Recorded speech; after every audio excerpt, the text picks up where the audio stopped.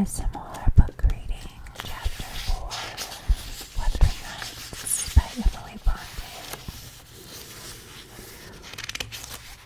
What vain weathercocks we are, I who had determined to hold myself independent of all social intercourse, and think to my stars that at length I had lighted on a spot where it was next to impracticable. I, weak wretch, after maintaining till dusk a struggle with low spirits and solitude, was finally compelled to strike my colors, and under pretense of gaining information concerning the necessities of my establishment, I desired Mrs. Dean, when she brought in supper, to sit down while I ate it, hoping sincerely she would prove a regular gossip, and either rouse me into animation or lull me to sleep by her talk. You have lived here a considerable time, I commenced. Did you not say 16 years? 18, sir. I came when the mistress was married to wait on her. After she died, the master retained me for his housekeeper. Indeed, there ensued a pause. She was not a gossip, I feared, unless about her own affairs, and those could hardly interest me. However, having studied for an interval with a fist on either knee and a cloud of meditation over her ruddy countenance, she ejaculated, times are greatly changed since then. Yes, I remarked, you've seen a good many alterations, I suppose. Yes, I have, and troubles too, she said. Oh, I'll turn the talk on my landlord's family. I thought to myself, a good subject to start, and that pretty girl, widow. I should like to know her history, whether she be a native of the country, or, as is more probable, an exotic that the surly indigeni will not recognize for kin. With this intention, I asked Mrs. Dean why Heathcliff let Thrushcross Grange, and preferred why he let Thrushcross Grange, or rented it, and preferred living in a situation and residence so much inferior. Is he not rich enough to keep the estate in good order? I inquired. Rich, sir, she returned. He has, nobody knows what money, and every year it increases. Yes, he's rich enough to live in a finer house than this, but he's very near close-handed, and if he meant to flit to Thrushcross Grange as soon as he heard of a good tenant, he could not have borne to miss the chance of getting a few hundreds more. It is strange people should be so greedy, and when they are alone in the world. He had a son, it seems. Yes, he had one. He's dead. And that young lady, Miss Heathcliff, is his widow. Yes. Where does she come from originally? Why, sir, she is my late master's daughter. Catherine Linton was her maiden name. I nursed her, the poor thing. I did wish Mr. Heathcliff would remove here, and then we might have been together again. What, Catherine Linton? I exclaimed, astonished. But a minute's reflection convinced me, as it was not my ghostly Catherine. Then I continued, my predecessor's name was Linton. It was, and it was at Earnshaw, Hareton Earnshaw, who lives with Mr. Heathcliff. Are there any relations? No, he is the late Mrs. Linton's nephew. The young lady's cousin, then. Yes, and her husband was her cousin also. One on the mother's, the other on the father's side. Heathcliff married Mr. Linton's sister. I see the house at Wuthering Heights has Earnshaw carved over the front door. Are they an old family? Very old, sir, and Hareton is the last of them, as our Miss Cathy is of us. I mean of the Lintons. Have you been to Wuthering Heights? I beg pardon for asking, but I should like to hear how she is. Mrs. Heathcliff, she looked very well and very handsome, yet I think not very happy. Oh dear, I don't wonder. And how did you like the master? A rough fellow, rather, Mrs. Dean. Is not that his character? Rough as a saw edge and hard as whinstone. The less you meddle with him, the better. He must have had some ups and downs in life to make him such a churl. Do you know anything of this history? It's a cuckoo, sir. I know all about it, except where he was born and who were his parents and how he got his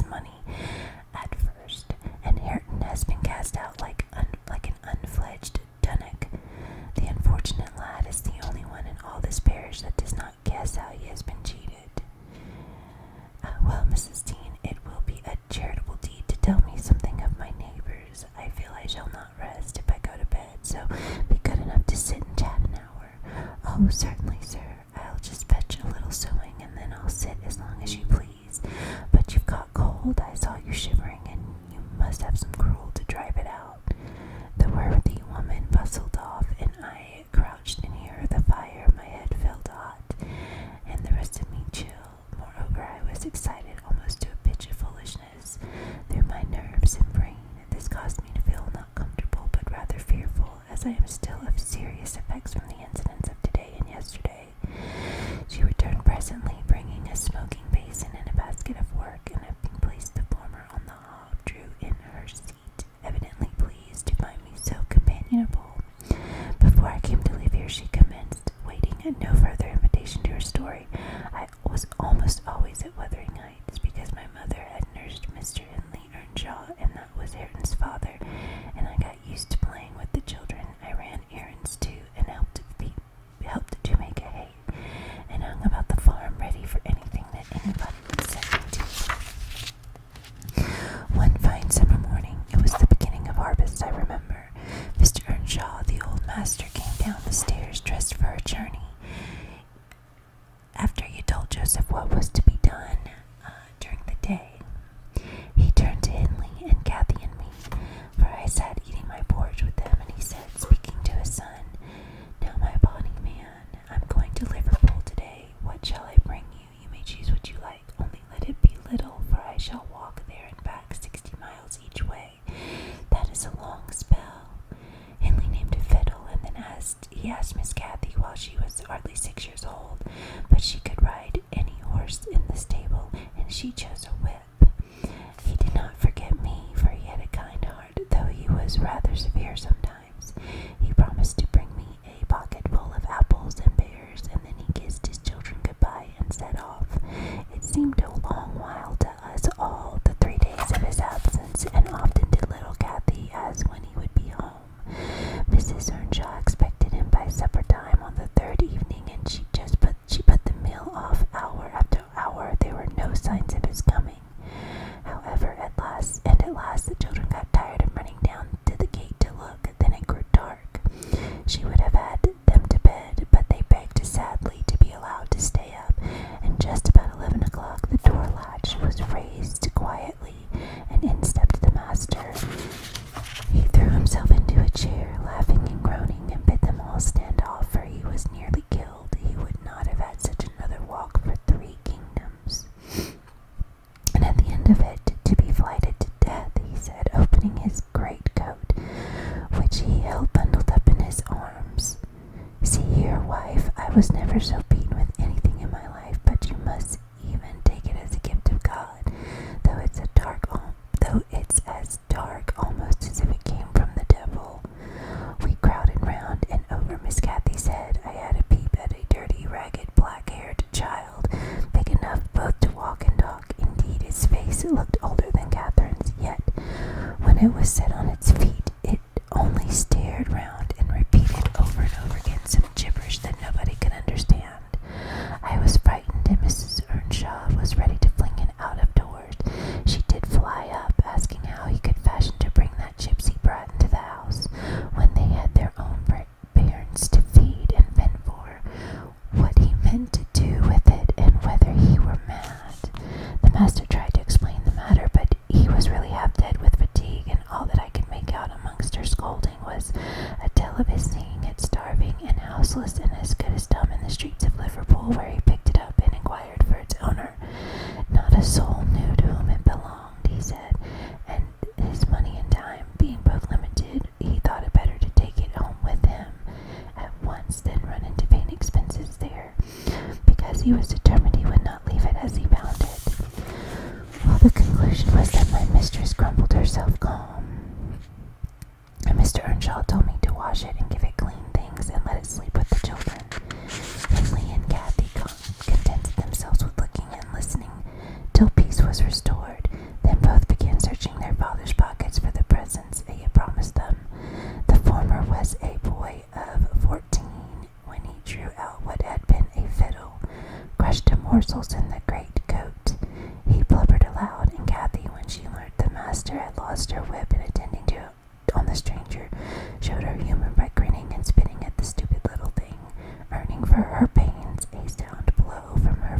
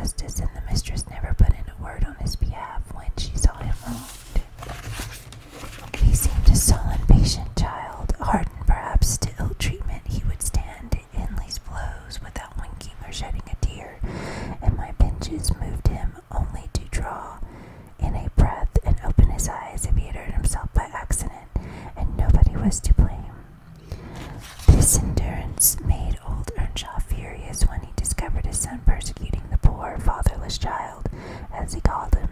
He took to Heathcliff strangely, believing all he said. For that matter, he said precious little, and generally the truth, and betting him up for above Cathy, who was too mischievous and wayward for a favourite. So from the beginning he bred that feeling in the house, and at Mrs. Earnshaw's death, which happened in less than 2 years after, the young master had learned to regard his father as an oppressor rather than a friend, and Heathcliff as a usurper of his parents' affections and his privileges, and he grew bitter with brooding over these injuries.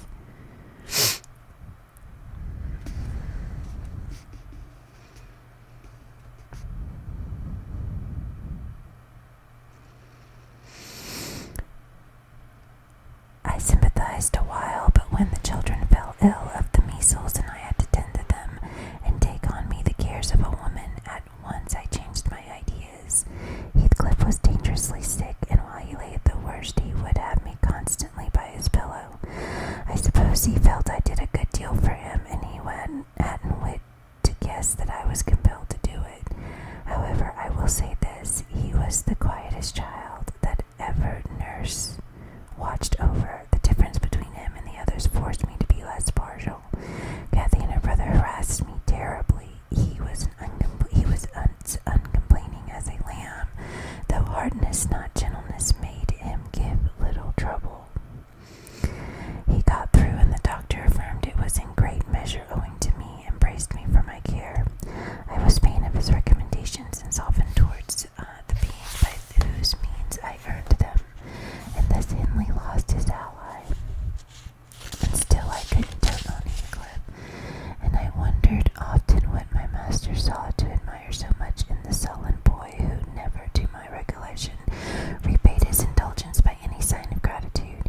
He was not insolent to his benefactor, he was simply insensible, though knowing perfectly the hold he had on his heart and conscience. He had only to speak, and all the house would be obliged to bend to his wishes. As an instance, I remember Mr. Earnshaw once bought a couple of colts at the parish fair, and gave the lads each one. Heathcliff took the handsomest, but it soon fell lame, and when he discovered it, he said to Hindley, "You must exchange horses with me. I don't like mine, and if you won't, I shall tell your father of the 3 thrashings you've given me this week, and show him my arm, which is black to the shoulder." Hindley put out his tongue and cuffed him over the ears. "You'd better do it at once," he persisted, escaping to the porch. They were in the stable. You will have to, and if I speak of these blows, you'll get them again with interest." "Off, dog," cried Hindley, threatening him with an iron weight used for weighing potatoes and hay. "Throw it," he replied, standing still, "and then I'll tell how you boasted that you would turn me out of doors as soon as he died, and see whether he will not turn you out directly." Hindley threw it, hitting him on the breast, and down he fell, but staggered up immediately.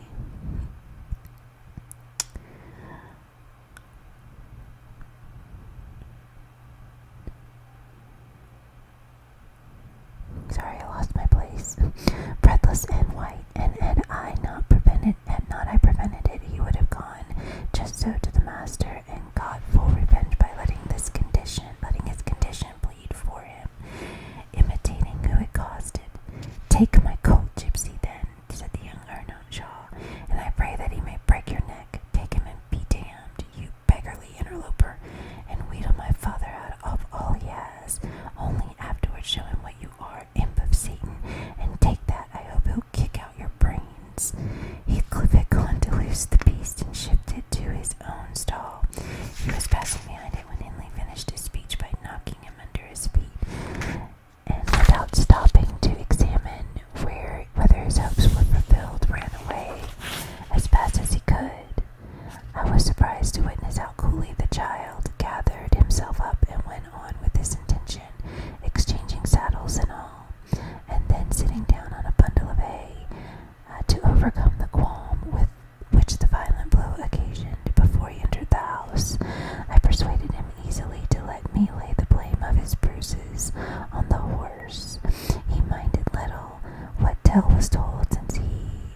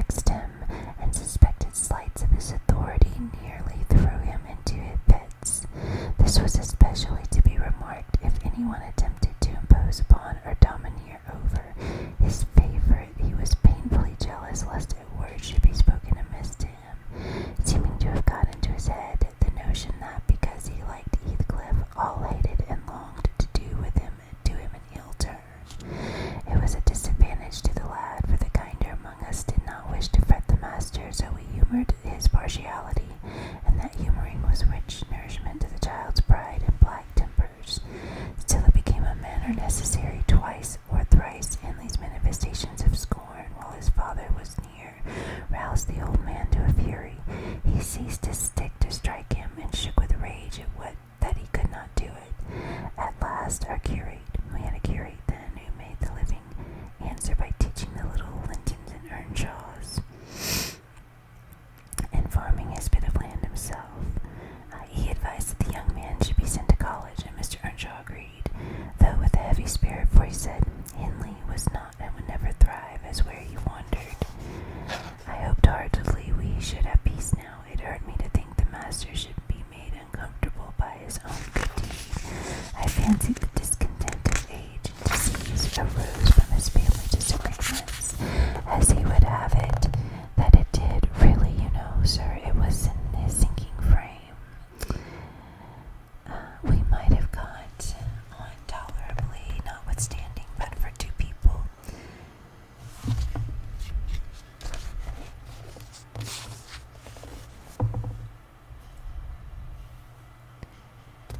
Miss Kathy and Joseph.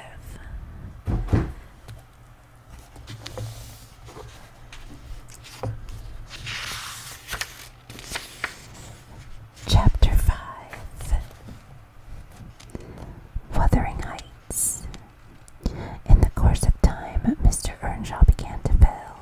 He had been active and healthy, yet his strength left him suddenly, and when he was confined to the chimney corner, he grew grievously irritable. Nothing vexed him, and suspected slights of his authority nearly threw him into fits. This was especially to be remarked if anyone attempted to impose upon or domineer over his favorite. He was painfully jealous lest a word should be spoken amiss to him, seeming to have got into his head the notion that because he liked Heathcliff, all hated and longed to do him an ill turn. It was a disadvantage to the lad, for the kinder among us did not wish to fret the master, so he humored his partiality, and that humoring was a rich nourishment to the child's pride and black tempers. Still it became in a manner necessary twice or thrice. Hindley's manifestations of scorn, while his father was near, roused the old man to fury. He seized his stick to strike him and shook with rage that he could not do it. At last we had a curate then who made the living answer by teaching the little Lintons and Earnshaws and farming his bit of land himself. He advised that the young man should be sent to college, and Mr. Earnshaw agreed, though with a heavy spirit, for he said Hindley was not and would never thrive as where he wandered. I hoped heartily we should have peace now. It hurt me so to think the master should be made uncomfortable by his own good deed. I fancied the discontent of age and disease arose from his family disagreements, as he would have it that it did. Really, sir, it was in his sinking frame. We might have gone on tolerably, notwithstanding, but for two people. Miss Kathy and Joseph. The servant, you saw him, I dare say, up yonder. He was, and is yet most likely the wearisomest self-righteous Pharisee that ever ransacked a Bible to rake the promises to himself and fling the curses on his neighbors. By his knack of sermonizing and pious discoursing, he contrived to make a great impression on Mr. Earnshaw, and the more feeble the master became, the more influence he gained. He was relentless in worrying about his soul's concerns, and about ruling his children rigidly. He encouraged him to regard Hindley as a reprobate, and night after night he regularly grumbled out a long string of tales against Heathcliff and Catherine, always minding to flatter Earnshaw's weakness by heaping the heaviest blame on the last. Certainly she had many ways with her, such as I never saw a child take up before, and she put all of us past our patience 50 times and oftener in a day. From the hour she came downstairs till the hour she went to bed, we had not a minute's security that she wouldn't be in mischief. Her spirits were always at high water mark, her tongue always going, singing, laughing, and plaguing everybody who would not do the same. A wild, wicked slip she was, but she had the bonniest eye and sweetest smile and lightest foot in the parish, and after all I believe she meant no harm, for when once she made you cry in good earnest, it seldom happened that she would not